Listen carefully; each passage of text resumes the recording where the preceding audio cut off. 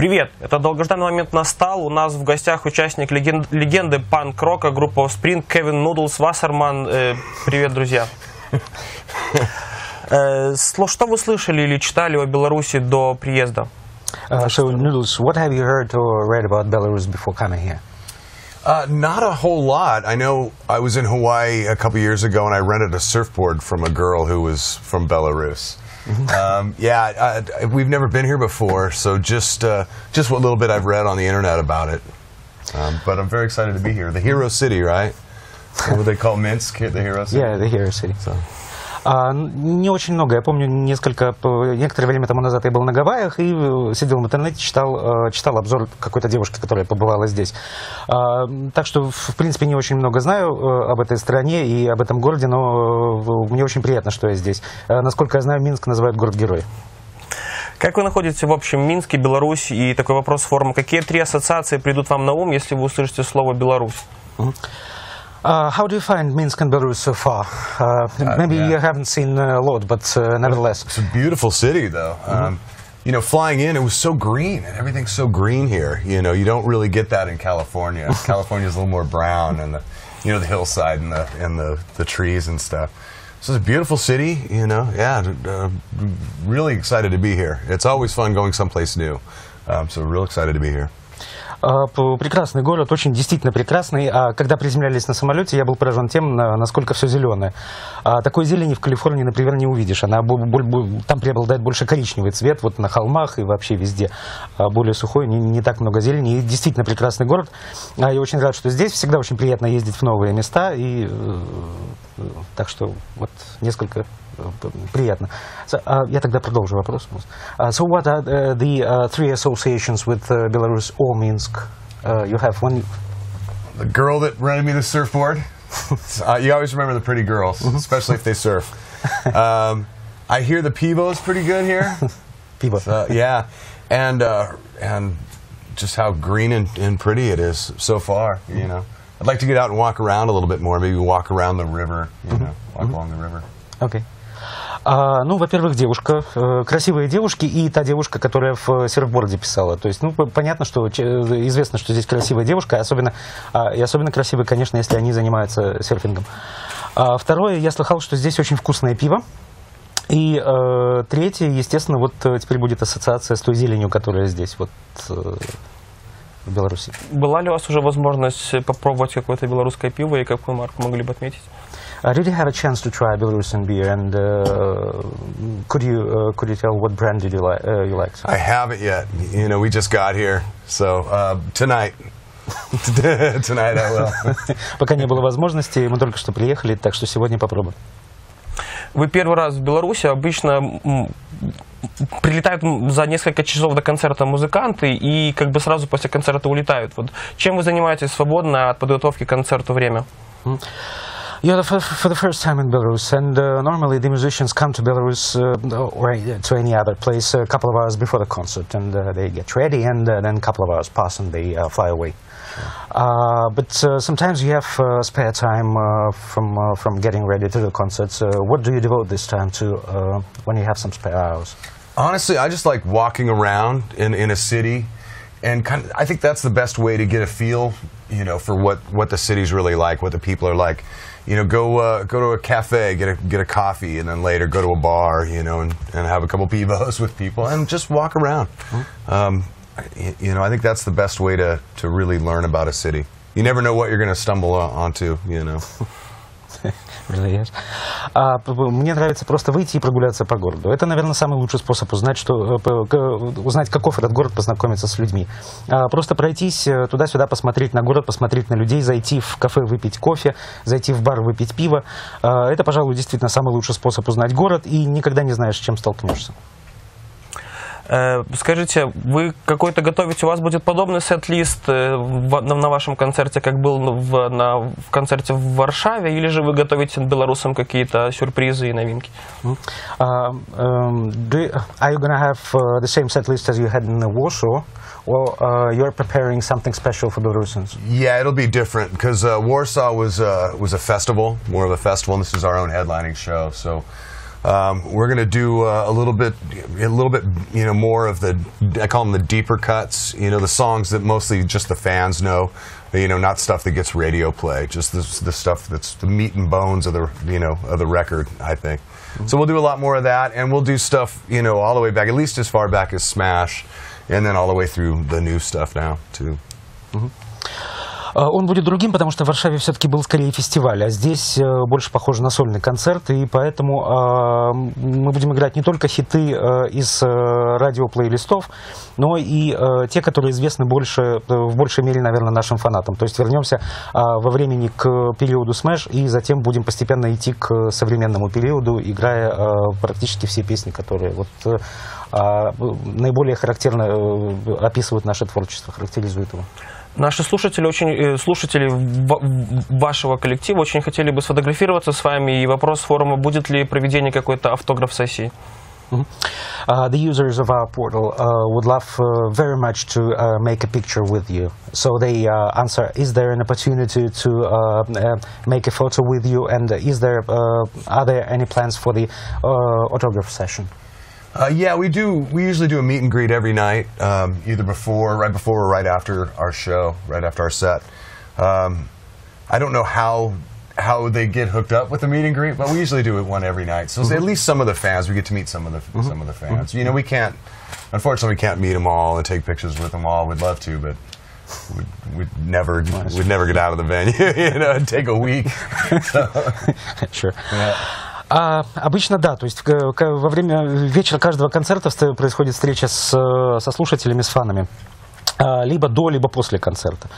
Неизвестно, как устроят это организаторы и как это будет в этот раз, но тем не менее можно сказать, что с какими-то из наших фанов все-таки мы встретимся.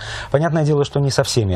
Невозможно встретиться со всеми, это заняло бы целую неделю. Но, то есть и это будет и в этот раз. То есть встреча с фанатами будет, но каким образом она будет организована, пока неизвестно.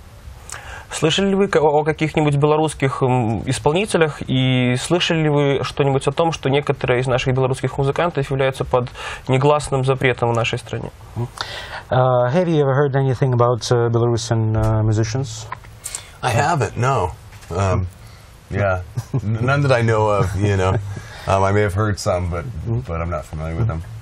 Нет, ничего не слыхал о белорусских музыкантов. Может быть, какие-то произведения слышал, но не знал о том, что это белорусские музыканты. И я тогда продолжу. And there was this, the second part of the question. Have you heard about the situation that some of the musicians in our country are forbidden, and they cannot play on television or organize concerts? Oh, geez, I didn't know that. Why is that? For political reasons. Okay. So. Yeah, no, that's terrible. I hadn't heard that. Никогда не слыхал об этом, не знал, поинтересовался, почему, я сказал, что по политическим причинам. Да, это действительно ужасно. Нет, никогда об этом не знал, не слышал. And they're letting us play, huh? They're letting us play here. Те люди, которые запрещают, разрешают нам играть, странно, да? В 90-х вашу музыку слушали тинейджеры, сейчас они выросли и продолжают слушать вашу музыку. Новое поколение тинейджеров также слушает Offspring. Не смущает ли вас разные поколения на ваших концертах, разные возрастные группы на ваших концертах?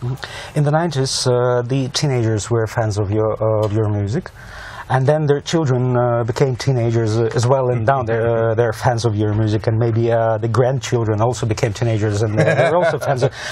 Aren't you embarrassed about those 3 generations of fans on your concerts? We're not on 3 generations yet. No, there's only 2 generations. Пока 3 поколений нет, есть только 2 поколения. We do see some teenagers with their parents. I haven't seen too many grandparents yet. But give us a few years. Give us another 10 years. Пока внуков не видел, подростков, видели детей, подростков, которые приходят на концерты со своими родителями. Но дайте нам еще пару лет, и появится, да, и 3-е поколение тинейджеров, которые будут приходить со своими стариками, дедами и бабушками. Практически все ваши песни довольно реалистичны, и можно сказать, что истории, описанные в них, на самом деле могли произойти с каждым. Какова часть вашего творчества, как бы то, что вы пережили сами, и какая часть это просто художественный вымысел? Nearly all of your songs are very realistic, and seems that they're based on someone's experience, and the things described in the songs could happen to anyone. How much of it is based on your own experience, and how much of it is artistic? Well, I think to make a song believable, you have to understand it on some level. A lot of the situations we write about are situations that we've seen other people go through. Friends, family. Whether it's a serious song, like The Kids Aren't All Right or Gone Away, or one of the funny songs, Pretty Fly, and that kind of song, which is just tongue-in-cheek, Walla Walla. We know those situations, and I think we can, relate to them as well. Whether it happened to us specifically or we saw a friend go through it, friend or family member. В очень многих песнях, для того, чтобы сделать песню понятной, ее нужно сделать реалистичной. Поэтому в большинстве своих песен мы использовали либо свой опыт, либо опыт людей, которых мы знаем, либо то, чего свидетелем мы были. То есть, например, в песни, в которых уходит подросток от родителей, или, например, юмористические песни, «Красивая муха», по-моему, там вот многие другие. Это все в основном ситуации, которые либо происходили с нашими знакомыми, либо ситуации, о которых нам знают, о которых мы рассказывали. Это делается для того, чтобы песня была понятна окружающим, чтобы ее можно было слушать и понимать. For example, Self-Esteem isn't written about me, but it could have been. I understand it. Например, песня знаменитая Self-Esteem, она написана не обо мне, но могла бы быть написана обо мне. И поэтому я ее прекрасно понимаю, и она могла бы быть применима. Как у вас получается не стареть? Многие исполнители выпускают хорошие альбомы, но потом они сдуваются, так скажем, им не получается превзойти то, что они делали раньше. Как у вас получается выпускать раз за разом новые классные альбомы, которые по многим показателям еще лучше предыдущих? What's your secret of not getting old? Some of the musicians play albums and then their next albums lose the grip, but you release the new albums which are not worse than the previous ones, and you still hold the grip. What's your secret? Well, thank you, first of all, Spicy Wolf. I think we play for a living. We don't have real jobs that suck the soul out of us. We get to go out and play for a living. We really love what we do, and I think that helps keep us young. And we still love a certain kind of music that we fell in love with when we were, young people trying to find our way in the world, and punk rock kind of showed us, where to go and how to find our way in the world. So we keep coming back to that. Ну, в принципе, это то, что мы делаем в жизни, то, чем мы зарабатываем на жизнь. В принципе, нормальной, серьезной работы как таковой у нас нету, поэтому вот мы занимаемся этим. Мы возвращаемся к этому, и мы делаем это хорошо, как любую другую работу.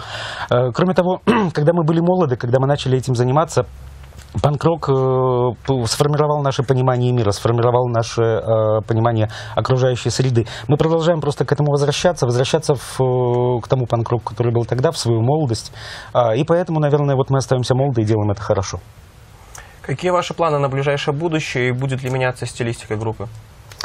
So, what are your plans for the nearest future, and are you going to change the style of the group? No, we're not going to change the style of the group. We still love making the same kind of music. There's always one or two songs on any given record where we experiment a little bit, but beyond that, we still come back to the hard, fast, but melodic kind of stuff. We like the aggressive kind of music, but we also like songs that you kind of get stuck in your head and can sing along to. For the rest of the summer and into the fall, we're going to be touring. We're still touring the Days Go By record and playing all our old stuff as well.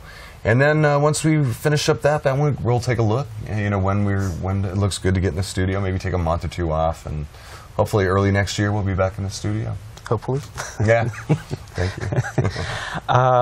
Нет, мы не собираемся менять стилистику группы, потому что нам нравится то, что мы делаем. Нам нравится тот стиль, в котором мы играем. Нам нравится тяжелый стиль, но одновременно, чтобы он был мелодичным. Чтобы это была тяжелая музыка, но чтобы мелодию можно было запомнить и прокручивать в своей собственной голове.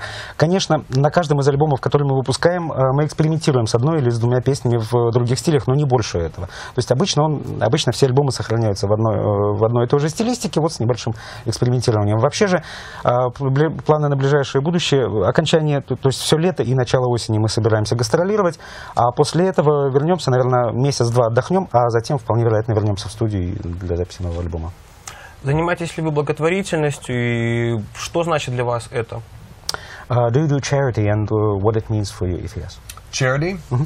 Yeah, we've you know, as a group we've done some things, but as individuals we do our own different things as well. You know, anything from children's health issues to environmental things. I'm a big supporter of the Surfrider Foundation, which is working to help keep our oceans clean and healthy. That's a big one for us. I know Dexter's done some things for the Innocence Project, which tries to help free people that have been convicted of crimes wrongly, unjustly convicted of crimes. So we all have different things, things that are close to our heart. Что касается благотворительности, то да, как группа мы занимались какими-то конкретными, то есть привлекали каким-то конкретным проектом, но в основном, конечно, занимаемся как отдельные личности.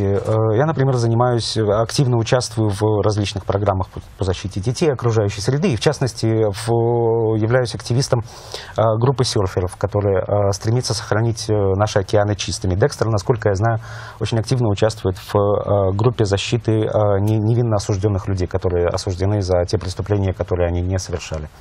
Готовы ли вы поучаствовать в проекте по строительству нового детского хосписа в Беларуси? Are you ready to participate in the project of children's hospice building in Belarus? Sure. Да, конечно. В нашей стране сейчас актуальна тема усыновления геями детей. И вот что вы думаете об этом, о усыновлении детей геями?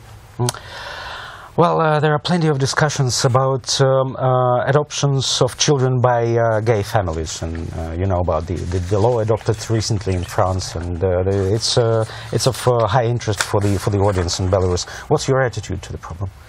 I think gay people can make great parents. You know, I'm an adopted person. My parents aren't gay, but I don't think it would have made any difference if they were. They're fucked up anyways. You know.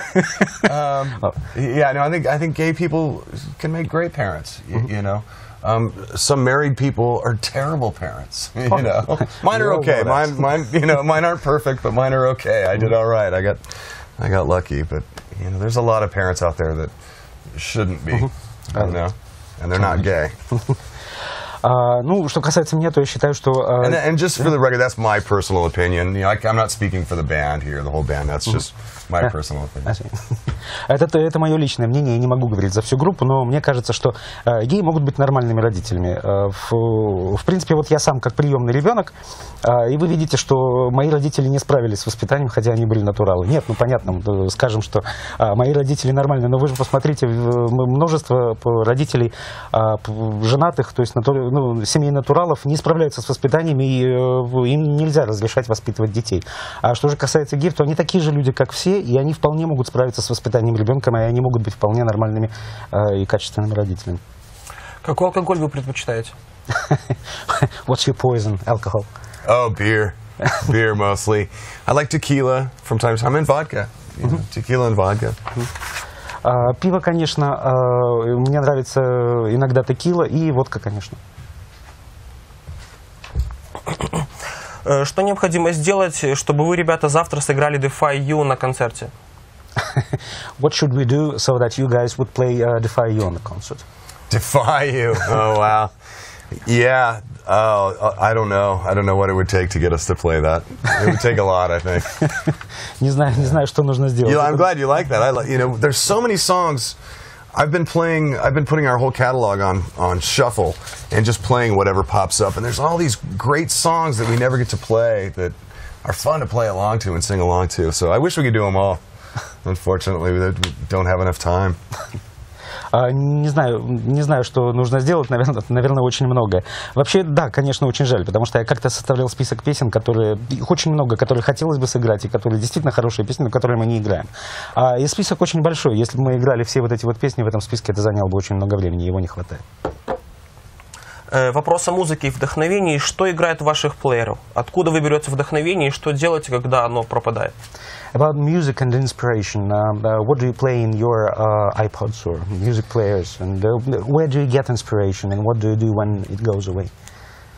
Well, when the inspiration goes away, I think you got to switch gears. When I'm listening to too much punk rock, you know, and all of a sudden it starts to, you know, it stops being meaningful.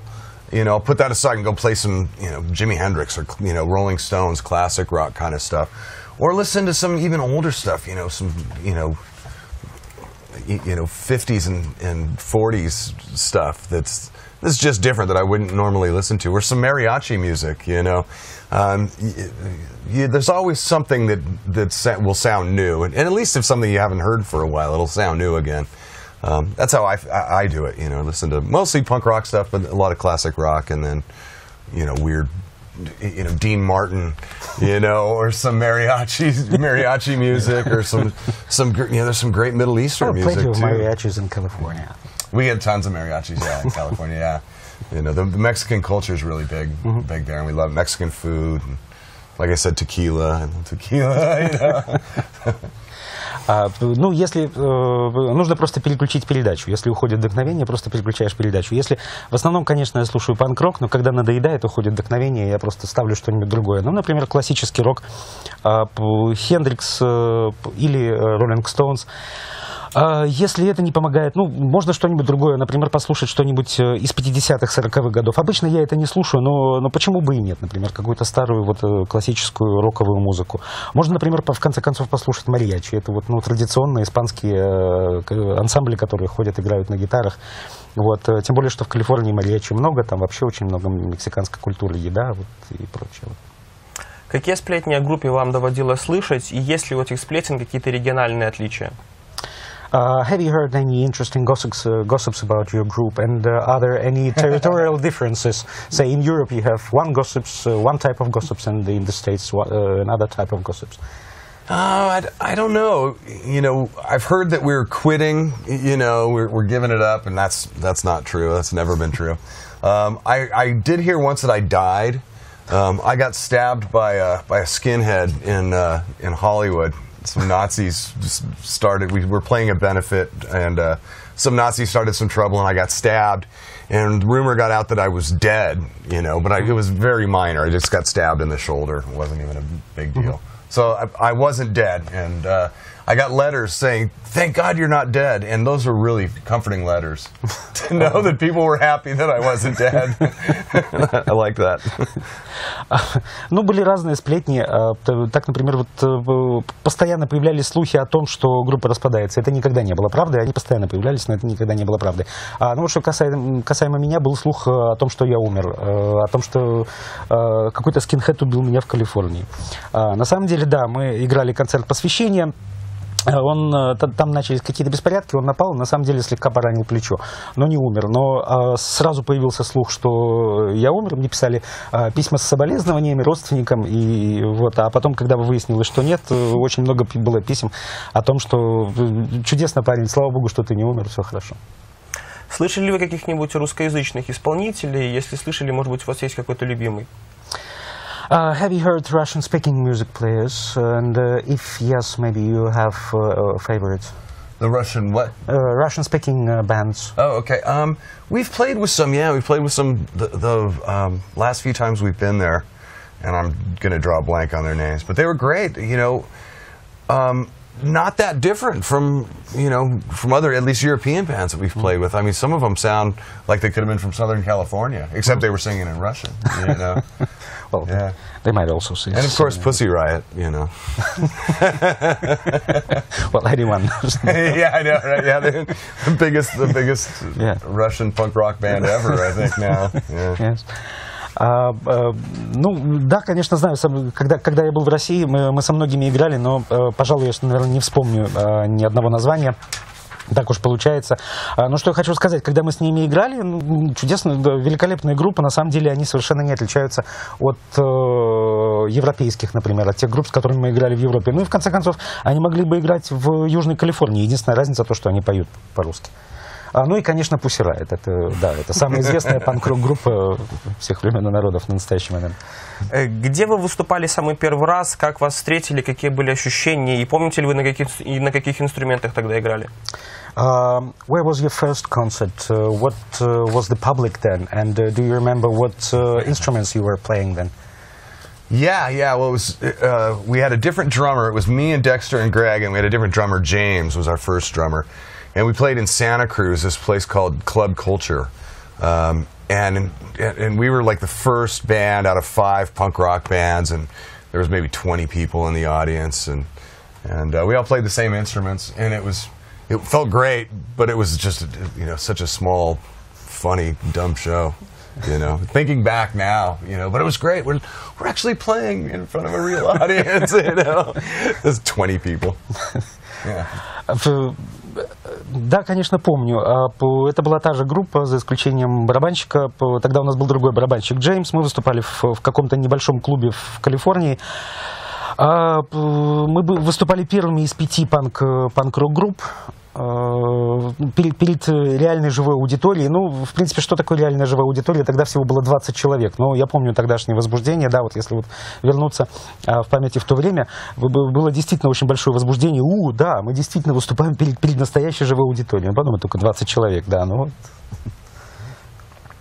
За всю историю существования коллектива вы никогда не выпускали лицензионный DVD с концертами. Планируете ли вы когда-нибудь сделать такой диск, или же это принципиальная политика группы не выпускать концерты? During all the history of the group, you've never made an official concert DVD. Is that an official policy, or are you going to correct that in the future? You know, we've never done a live record. I think if we were going to do that, we'd want to have the live record to go along with it. But we've been talking more and more about doing that. You know, Pete is probably he's the best drummer we've ever had in this band, and you know, I think he makes it certainly more possible. Now it's just up to me and Dexter and Greg to learn how to play our instruments better. Yeah, I think it's something we'd love to do in the future. We just haven't ever gotten it together and never done anything we thought sounded good enough to release yet. Ну, если бы мы хотели сделать какую-то официальную запись концерта, да, мы просто подготовились для того, чтобы велась официальная запись. Ну, и, наверное, это в большей мере касается Пита, потому что с ним все нормально. А вот мне, Декстеру и Грегу, наверное, нужно еще подучиться на наших инструментах получше играть. Наверное, вся проблема заключается в том, что ни на одном из концертов мы не сыграли пока так, чтобы считали это достойным, чтобы оно вышло в записи. Если бы вам пришлось кому-то рассказывать о группе Offspring, с каких композиций вы бы посоветовали начать знакомство с вашим творчеством и почему? If you would talk to a complete novice to your art and would tell about the Offspring band, what songs would you recommend to start with? Oh gosh, probably The Kids Aren't Alright and Self-Esteem would be 2 good ones, and then maybe some hard and fast ones. I like Secrets from the Underground off the new record is good. Oh, and Dividing by Zero and Slim Pickens, those together. Those could have been off. One of our first 2 records, for sure. Those are like vintage-sounding Offspring songs to me. Kids on the Run, Self-Esteem. Kids Aren't Alright. Sorry. The Kids Aren't Alright. Kids on the Right. Kids on the Right. Да, несколько песен из последнего альбома, но в целом, я, наверное, думаю, из первых пары альбомов, то, с чего начиналось наше творчество, это, наверное, было бы лучше. Если бы у вас не сложилось с музыкой, то чем бы занимались участники группы сейчас? If you wouldn't start with the music, you wouldn't deal with the music through your life, what would you do now? Oh man, I was a janitor, a custodian I cleaned up at an elementary school. Probably still be doing that. I just gave up. I'm sorry. A janitor or custodian, like a maintenance man, but I also cleaned up. Okay. Too. Yeah. Okay. В школе я занимался тем, что там что-то там починял, там механик, наверное, какой-то сантехник и прочее. Ну, я еще в школе прибирал, то есть мыл полы. Так что, наверное, этим бы и занимался сейчас, если бы с музыкой не сложилось. К сожалению, на этом наше эфирное время подходит к концу. Спасибо вам за ответы, спасибо за внимание и приходите на концерт. Unfortunately, this is the end, and thank you for your answers. Thank you very much. Спасибо.